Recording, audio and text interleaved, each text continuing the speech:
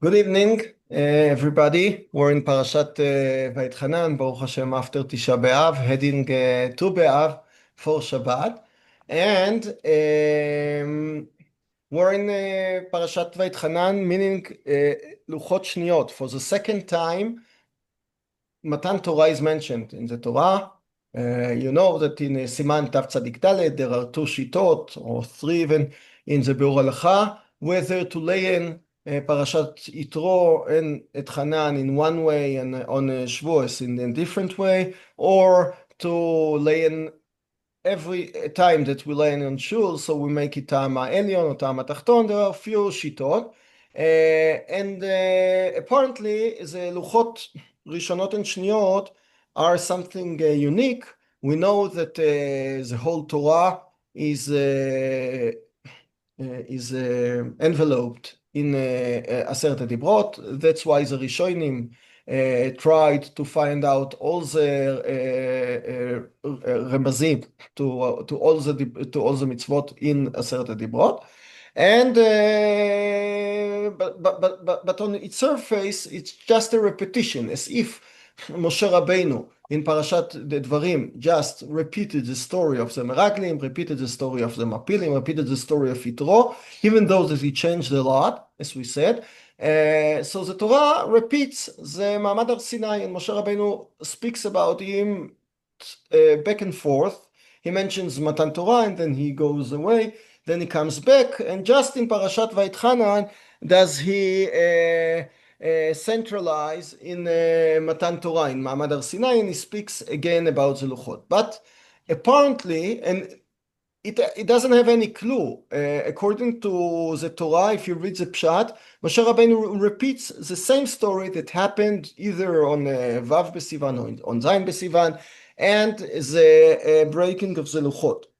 However, according to Chazal saw that the mentioning of the Luchot are not just a repetition, but symbolizing the two Matan Torah. Okay, it's interesting because if you take this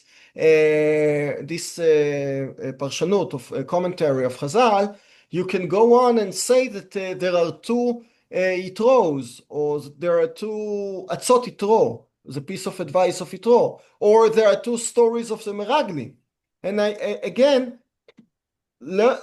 our problem is it's a kindergarten, at the most, we learn Rashi. And Rashi's attitude is to mix and combine and intertwine the two different sources into one story. So when Rashi sees that in Bamidbar there is Sipur HaMeraglim and in Dvorim there is Sipur HaMeraglim, Rashi says immediately that it's the same story. Okay, and Rashi tries to find pilpul why it's written that you sent the Meraglim, and on Parashat Bamidbar, Parashat Shlach, HaKadosh Baruch Hu said, I sent the Meraglim. So Rashi says, okay, אני אומר לך, אלא לדעתך, whatever. But if we don't learn Rashi, if you just learn the Pshat, so it's much easier to see it like two different, and by the way, Tosfot, the Nechadim, the grandsons of Rashi, and the whole generation of the Baalei Tosfot, they try to do the same, because once you learn a sugya, and Tosfot realizes that there is a stira and contradiction in another Masechta, so he says, okay, it's not good. You cannot say that. In Kiddushin, it's written on the contrary. Okay? So what does Tosfot try to do? Tosfot tries to say that Tosfot does it differently than Rashi, closer to my shita, to what I'm talking about. Tosfot doesn't say that you take the two sources and it's just one issue. Tosfot says this one is relevant in X and this one is relevant in Y. Hanemile here, Hanemile here. Okay, this one in Kiddushin speaks about this situation, and another one speaks about another situation. So you see that Tosfot made a step further than Rashi's Shita, and a lot of academical essays were written about it, that Rashi's Shita is to combine the two sources into one story, and while Tosfot understands that it's two different cases in two different situations.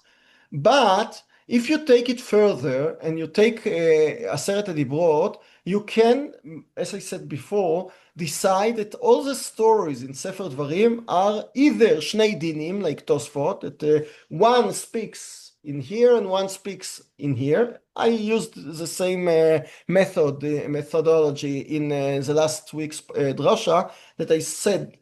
I asked about Tzat Yitro, why is it mentioned differently? And I said that it's not a Tzat Yitro, it's something that Moshe Rabbeinu spoke or had a fear about himself. Never mind. But you can take it and develop it into Tosfot's Shita, or legamre to what I brought several times in the name of Rav Breuer. Rav Breuer in his Pirkei Moadot, Pirkei Bereshit, he uses two different aspects of the Torah, and he really thinks that one appearance of Sipur HaMeraglim is this thing, and you have to learn it to its end, like this. And one other appearance in Sipur in Dvarim, you have to learn it to its end, and the Torah wrote it bedavka, deliberately, in two aspects to teach you two aspects. The Torah doesn't want you to mix like Rashi. The Torah wants you to develop A and to develop B, and then make C from both of A developed and B developed. It will be something very, very different than what Rashi says. I hope that it's clear, okay? Rashi tries to find, he has 0 and 100, Rashi puts 50, okay? But Rav Breuer learns a 0, learns 100, and then mixes it into one story, but after combining the two colors, the black and the white, and then you have something different which is not gray. It's just black and white together.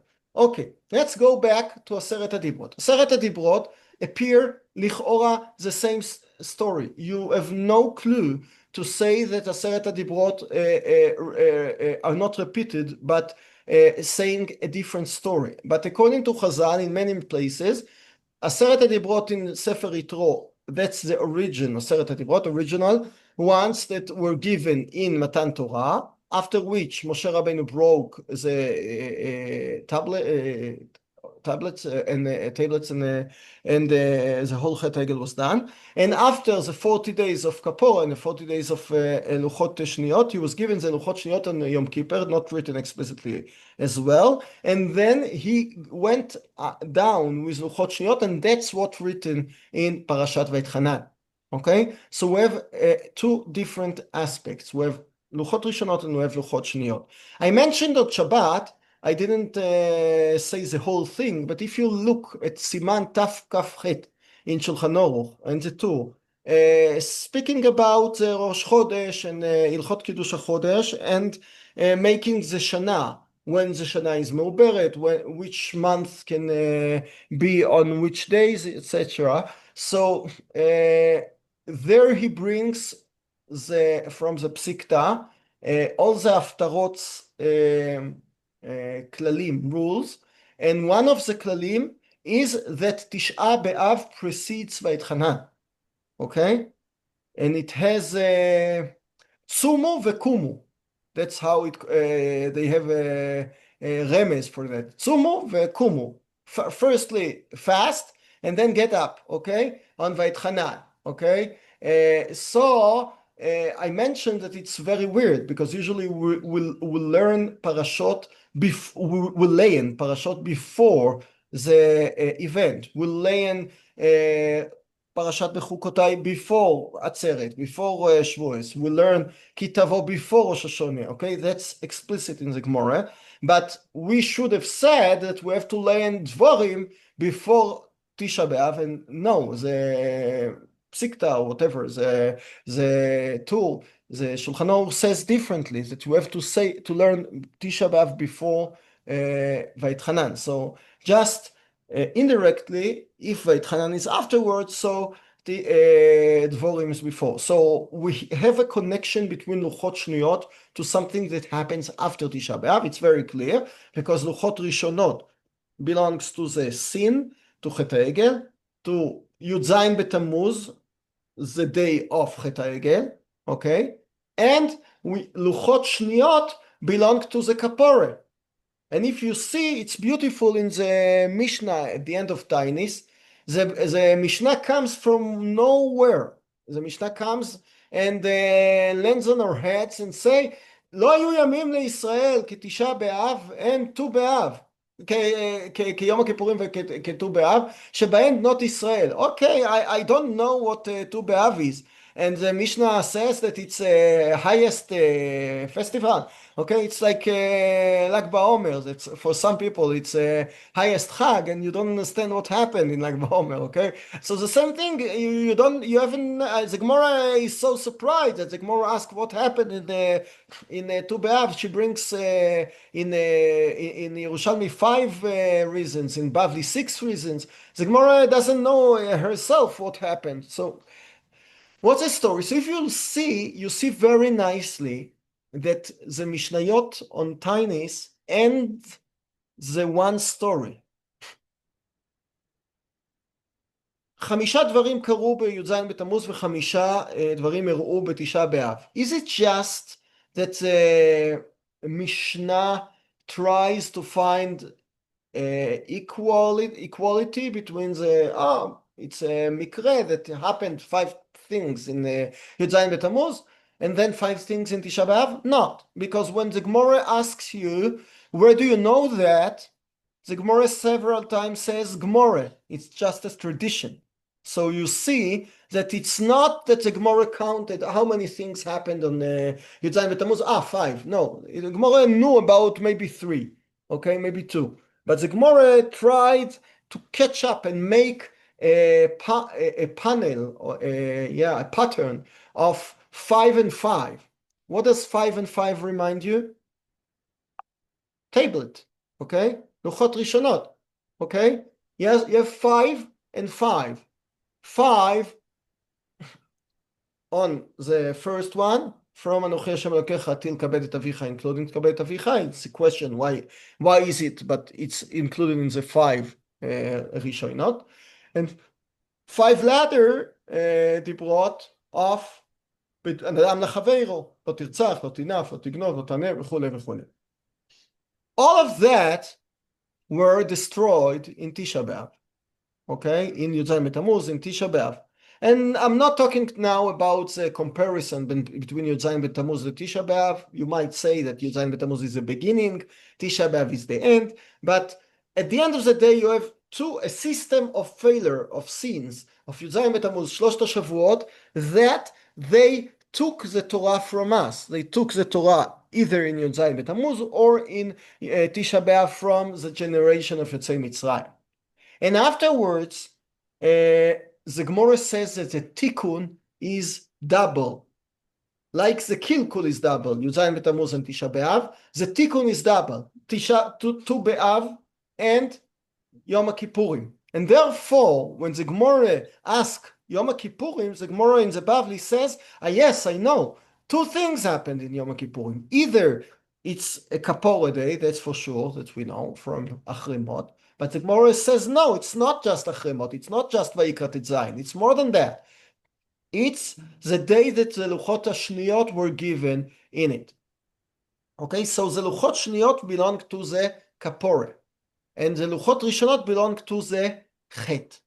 Okay, and the Gemara, I don't want to deal with it now, maybe on Shabbat afternoon, but Tu B'Av heals in a way the Tisha B'Av issue. Okay, because let's say the separation of the Sinat Chinam, okay, so you have Yom שהותרו השבטים לבוא זה בזה.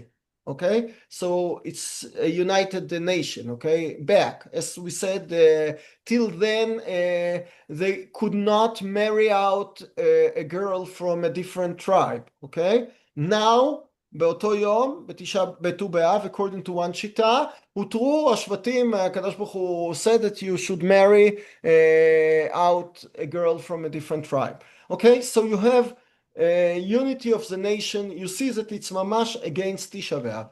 And Yom HaKippurim is against י"ז בתמוז, because just basically the chet of Matan Torah was the luchot were broken because of chet ha'egel.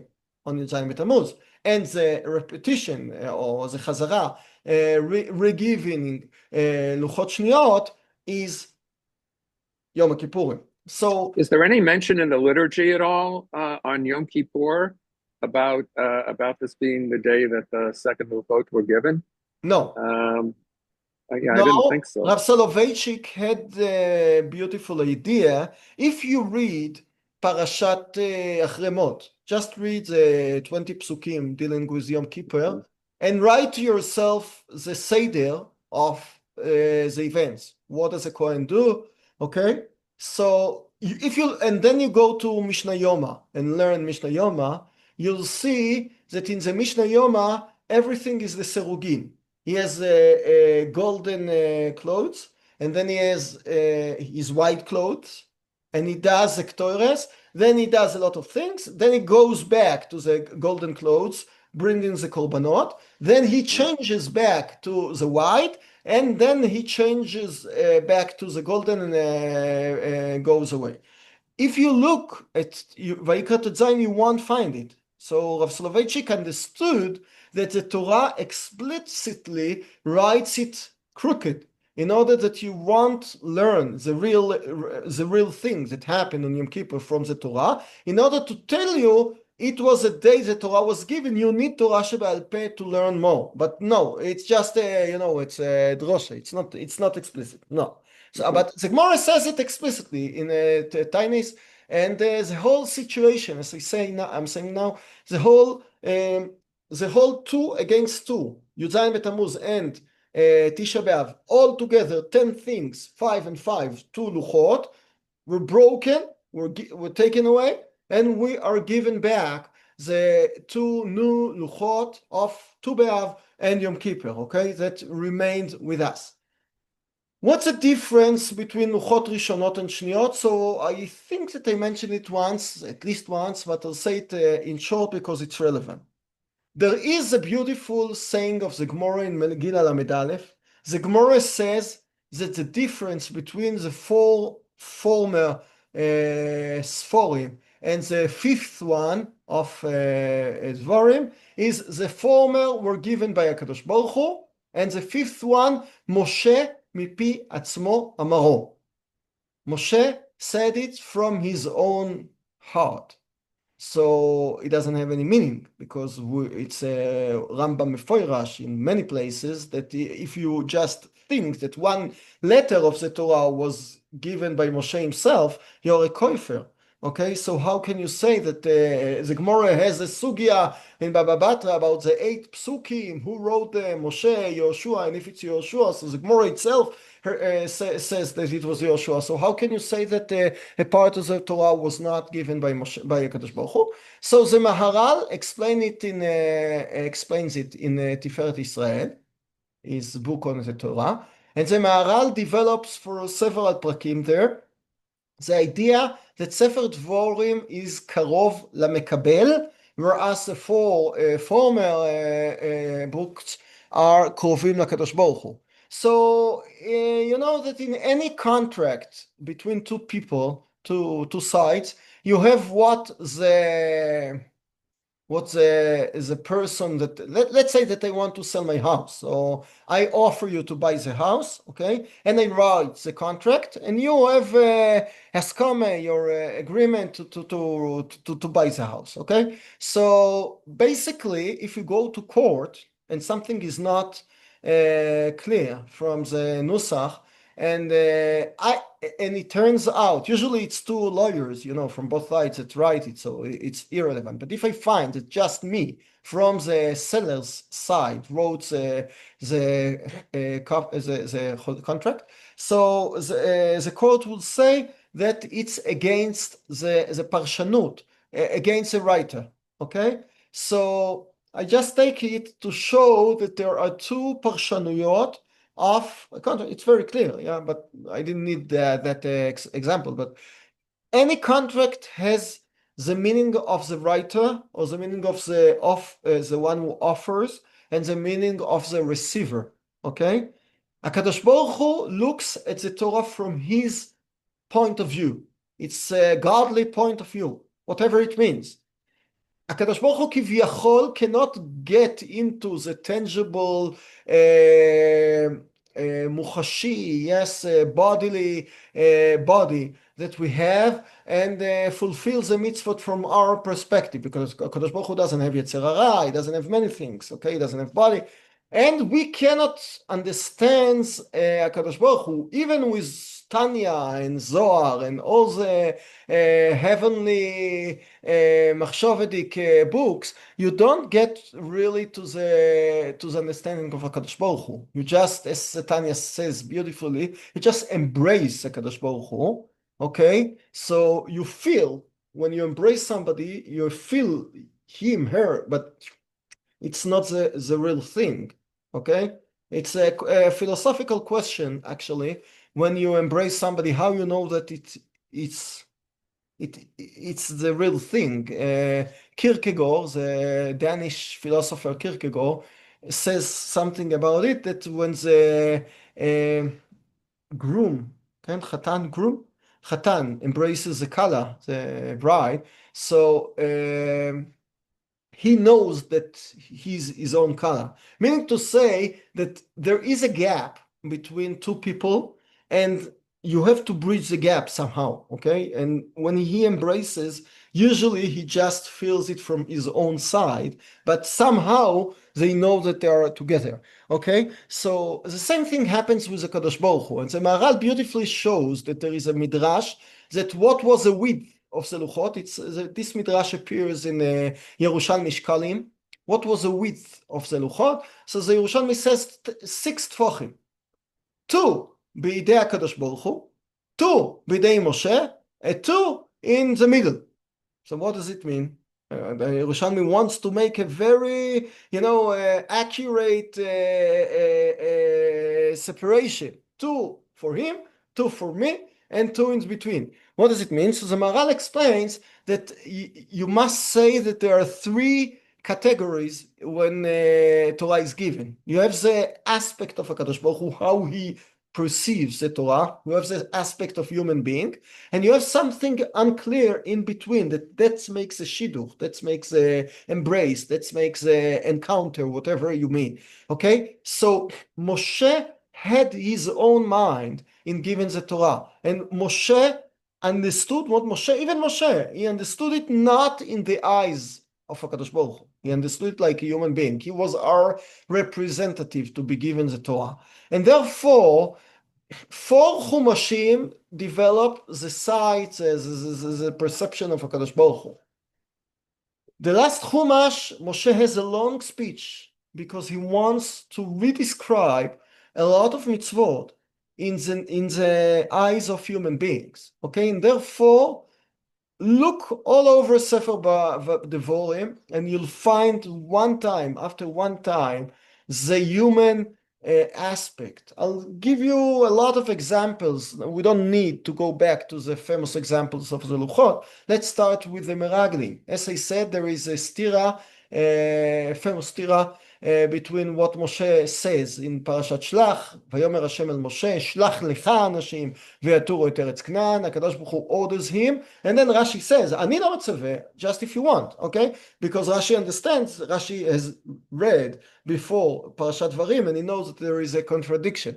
But if you don't say that, so on Parashat Shlach, the Meraglim come back, and they have 10 evil or bad people or mistaken people, whatever, and 2 goods, Kalev and Yoshua, and they mislead the rest of the nation, okay? And the 10, the majority, misleads the rest of the nation. Who are the guilty people?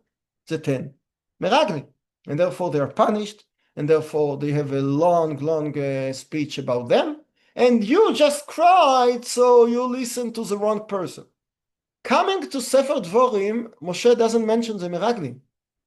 He says as if they all came and said one thing. Moshe didn't make a distinction between the 2 and the 10.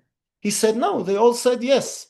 Okay, Tova Aretz Meod Meod, but Velo Avitem Lalot. You, the nation, didn't want to go. Why? Because Moshe understands that in Sefer Dvarim, from the from our perspective, it doesn't matter who the leader was or what wrong or what mistake the leader made. It's irrelevant. What's relevant is you, is a nation, you as a human being. What you do with things that you hear from other people, whether you take them to the wrong place or not. Okay? It's the same thing with the Tzatitron. Now I'll go because we have just 4 minutes.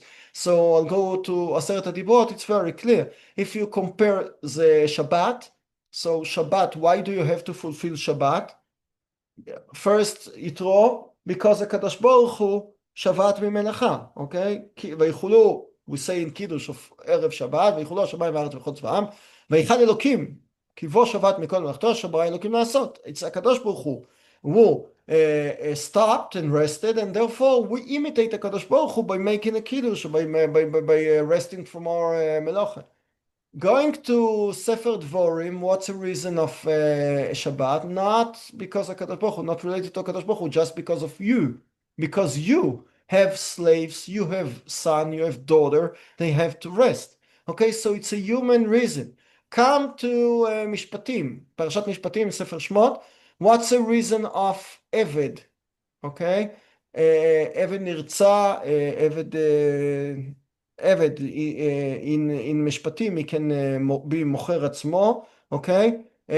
Because he stole. ואם אמור יאמר העבד, אהבתי את אשתי ואת בניו, and then you take him and you make a hole in his ear, okay? Go to Parashat Re'eh that describe the same thing of עבד עברי, and you'll find a different issue, okay? Because the Torah doesn't describe it from the heavenly side, can אוזן שלא שמעה על הר סיני, as Rashi says, okay?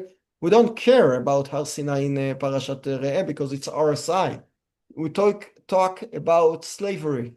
We talk about human enslavement, okay? Taking people and enslave them. What's the price of it? Okay, in Parashat Mishpatim, no problem. You have a slave, okay? Just take care that after 3-6 years he's exempt, and okay, if he wants, so he's wrong. He's wrong in order to, if he wants to stay. But in Parashat Re'eh, you have you deal with the problems of enslavement, of avdut, of freedom. Okay, human things. So again, if you want to see the luchot as different luchot, so the first luchot belong to Kadosh Baruch Hu, the different luchot belong to the human being. That's why we have a long drashot of Beit HaLevi, the Rav Soloveitchik grandfather, that in Chelik Aleph, drasha Yudchet, he has a long drasha about the differences, and he says that Luchot Rishonot, since they were heavenly, that's the reason why they didn't last, because you cannot last with something not related to you. And even if HaKadosh Baruch Hu gave it and Ishpil Atzmo al Har Sinai, it doesn't matter. It's heavenly, it's godly, it doesn't belong to you. You need Moshe Rabbeinu as represented to represent you as in order that the Luchot would become yours. And so Tu B'Av and Yom Kippur and the Kapore after Tisha B'Av and Yud Zayin B'Tammuz represent something belonging to us, okay? Belonging to Am Israel, not belonging to HaKadosh Baruch Hu. We don't have time now, but it's a real mahapach because Tu B'Av is very easy. But looking at Yom Kippur not as a godly day, of HaKadosh Baruch Hu gives you kapora, gives you opportunity to you redeem yourself, etc. But looking at it as a day of yourself, okay? And I just stress out the famous Mishnah in Yoma that if you don't חטאים שבין אדם לחברו, אין יום הכיפורים מכפר, okay? So you have to work on it yourself in order to make the day. Okay, the day itself is not enough. So it's a day that you should make from your side, and that's Tu B'Av and Yom Kippurim, לא היו ימים טובים. Okay. That's it for now. ערב טוב. יפה. ערב טוב. ערב טוב. תודה רבה.